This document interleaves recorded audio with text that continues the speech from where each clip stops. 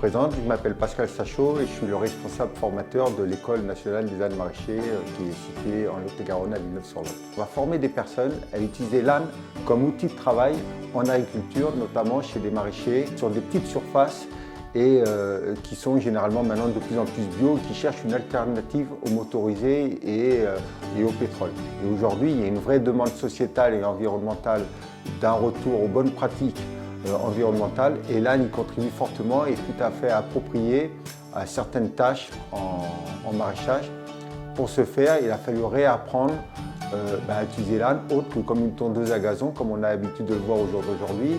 Et de ce fait, il faut déjà le connaître, l'alimentation, sa morphologie, la réglementation, la prophylaxie, mais aussi l'arnachement. Comment est-ce qu'on harnache un âne comme il faut, ne serait-ce que pour son bien-être et son confort au travail.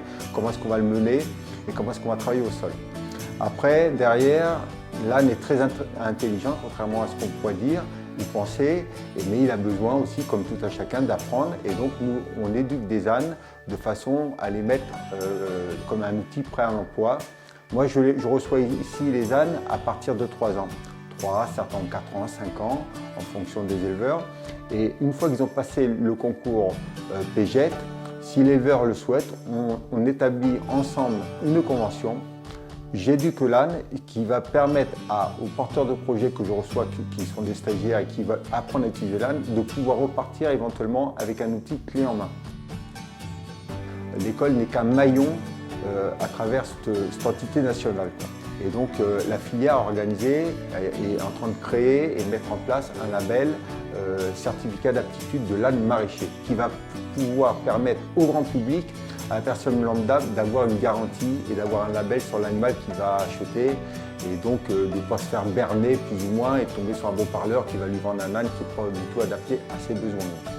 Ce qu'il faut savoir, c'est que l'école, aujourd'hui, pour la filière âne, elle est portée donc par la filière nationale. C'est la seule école qui existe dans ce cadre-là et surtout, on y fait tous les tests. Toutes les recherches, on s'en sert un petit peu de centre d'expertise, quoi. Et ce qui va pouvoir permettre, dans les prochaines semaines ou mois, à pouvoir dupliquer cette épreuve partout en France et pouvoir organiser bien sûr par la filière, mais pouvoir, au lieu que ce soit les animaux qui se déplacent, c'est le concours qui va se déplacer et confirmer X animaux partout en France avec ce certificat d'aptitude de l'âne maraîcher.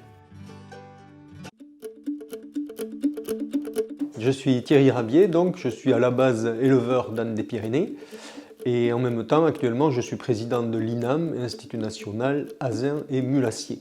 Institut national Azin et Mulassier, c'est l'institut technique qui est issu de France Âne et Mulet, qui regroupe toutes les associations nationales de races reconnues en France, tous les organismes de sélection. Il y a 8 races reconnues en France actuellement, et donc ce sont des races pour la plupart menacées d'extinction, donc avec des races à faible effectif. Et quand on cherche à identifier les verrous qui empêchent les éleveurs de mettre à la reproduction, le problème qui ressort souvent de nos enquêtes, c'est qu'ils disent oui voilà, quand on fait naître un petit mâle, on a du mal à trouver un débouché. Et d'où l'idée de valoriser ces animaux donc, en faisant donc, des ânes par exemple maraîchers pour avoir vraiment une vocation utilitaire et que ces ânes donc trouvent un débouché plus facilement. Donc c'est dans ce cadre que la filière a mis en place cette école nationale des ânes maraîchers. Alors avec le PGET jusqu'à 2 ans, 3 ans, le PGET, parcours d'excellence, les épreuves sont de courte durée. C'est-à-dire qu'on s'assure que l'animal sait tirer une charge importante, mais ça dure 5 minutes. Ce qui fait que l'animal à 3 ans n'a pas la musculature, n'a pas le cardio qu'il faut pour faire vraiment un effort de maraîchage. Donc l'intérêt du certificat d'aptitude et l'intérêt de l'école, c'est qu'ici on travaille en vraie grandeur, dans des serres, et on met vraiment les animaux en situation de travail, et ils travaillent comme un sportif à l'entraînement. C'est-à-dire que ces animaux, ils ont été travaillés initialement souvent par leurs naisseurs, donc il y a eu un premier intervenant. Ensuite, donc, ici, Pascal Sachot, directeur de l'école, lui, il les travaille pour leur faire acquérir les compétences. Et en plus, moi, je viens ici pour valider l'acquisition de ces compétences. Donc l'intérêt ici, c'est que plusieurs partenaires interviennent sur le même animal pour valider.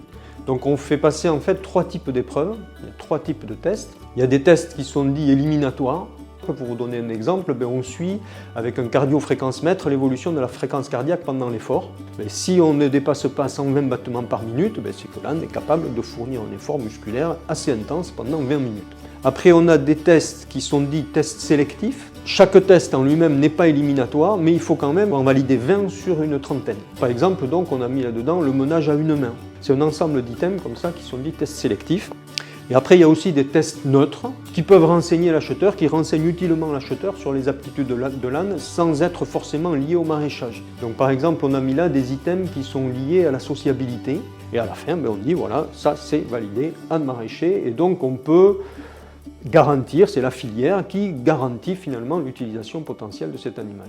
Ça fait 2 ans déjà qu'on réfléchit à ce certificat d'aptitude qui a été rédigé. On l'a expérimentalement testé déjà sur des animaux. Et là maintenant, c'est la première fois qu'on le met en application. On le met en application sur des animaux qui ont été formés ici, mais l'objectif à terme, c'est d'essaimer en quelque sorte et de pouvoir appliquer ensuite ce certificat d'aptitude sur d'autres animaux formés ailleurs pour satisfaire la demande.